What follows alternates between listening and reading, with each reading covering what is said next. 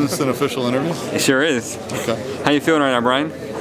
Not happy that we moved from 3 to 5, but I think you and I were discussing this a little bit earlier. After the first 2 picks, fairly clear cut at this point. It's pretty murky with respect to who's 3, who's 5, who's 7. But I do like a number of players in this draft in the top, 7 or 8 that I think, it's pretty clear we're going to get one of them if we stay the course at 5. A lot of other things in play, trade conversations, preparing for free agency and the like.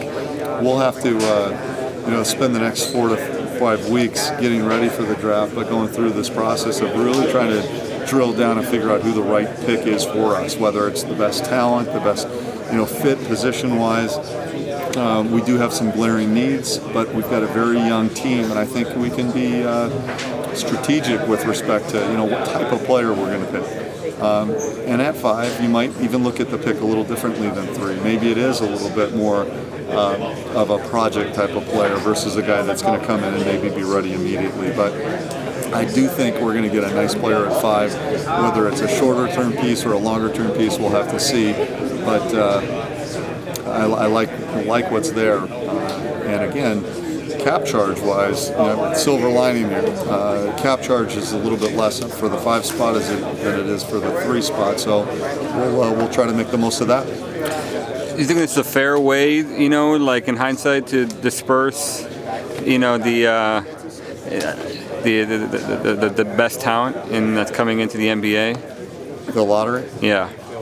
I've always been a fan of the lottery. I think it adds some intrigue to the process. I don't know if it's, structured or organized exactly how it needs to be organized. I've often said that, perhaps the way the numbers or the combinations are allocated, rather than in blocks, they should be random distribution. I think that would be a true lottery system because the numbers would be a little bit more random, if you will. I think the odds obviously will stay the same. Somebody would have 250 combinations, somebody would have a little bit less. In this case, we would have had 156 combinations. But if there was random distribution, I think it would skew the results a little bit. I'm not a statistician, but I do think that it would impact the formula because obviously losing the most basketball games does not relate to the actual results of the lottery. Like if you want the number 1 pick, the moral is don't lose the most games. I think it's only happened once in the last 12 or 13 years that the team with the worst record has kept the first pick. So, we'll continue to look at this. As a league, I'm sure the league has talked about it and thought about it.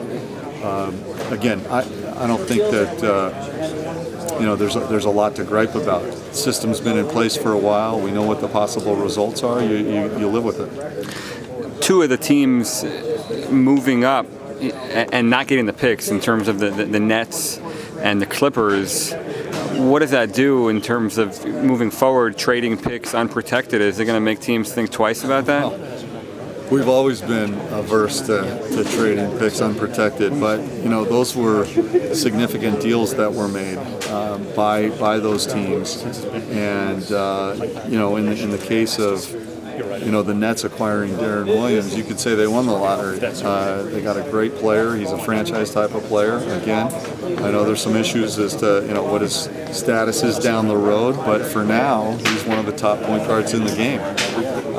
So I would say that those kind of deals will continue to be looked at. It just all depends on how risk averse you are, or what your actual situation is at the particular time. But I think those deals are probably working out favorable now for both.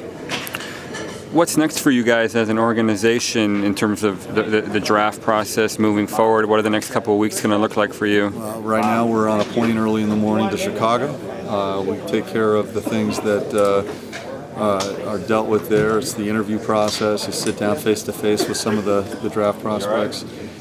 You watch them go through some light basketball workouts, some physical testing, some skill work, but for the most part, it's about meeting the players and having that first face-to-face time. Beyond that, we're going to come right back and get right into the workout schedule. We've got 4 or 5 solid dates that we're already putting names on the board and getting ready for that. Again, top 5 pick. I've been saying all along we're going to add a top 5 talent. Turns out we got number 5. So we got to determine who the right guy is, and it's now it's the final process. The stage of watching and scouting their games and play. Over the time has already taken place. Now it's getting into the background checks, the performance testing, the things that we really dive in on. It's an ongoing process, and the draft is June 23rd, so we've got a little bit of time, but it goes fast. Thank you very much, Brian. Best of luck with the pick. Jonathan.